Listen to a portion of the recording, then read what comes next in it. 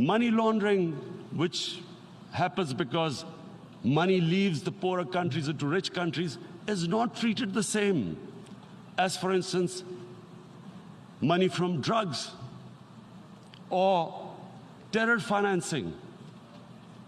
The seriousness which terror financing and money from drugs, the way it is treated, it's not the same.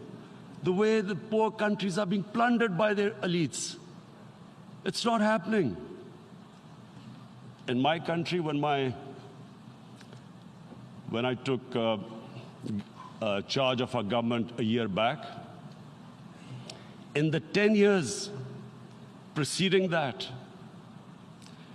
our total debt went up 4 times.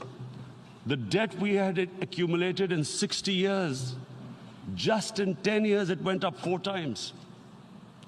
As a result, the total revenue we collected in 1 year, half of it went into debt servicing. How are we going to spend money on our human beings, 220 million people, when half the money is going into debt servicing? Because our country was plundered by the elites, the ruling elite.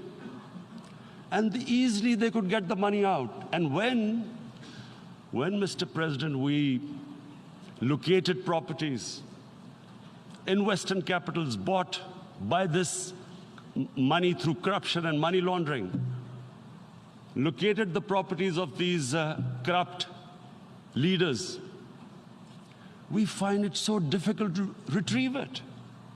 That money, if we retrieved that money, we could spend on our human beings. But they are such, it's so difficult.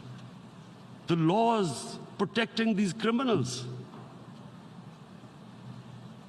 We do not have the sort of money to have expensive lawyers and spend millions and millions of dollars. We need help from the rich countries. And Mr. President, it's critical.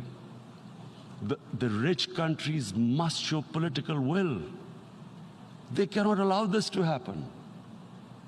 How can the poor countries spend money on human development, which the United Nations asks, SDG? How are we going to do it when this money can easily leave our countries?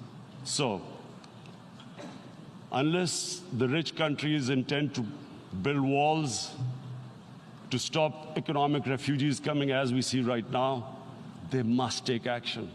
They must take action now. It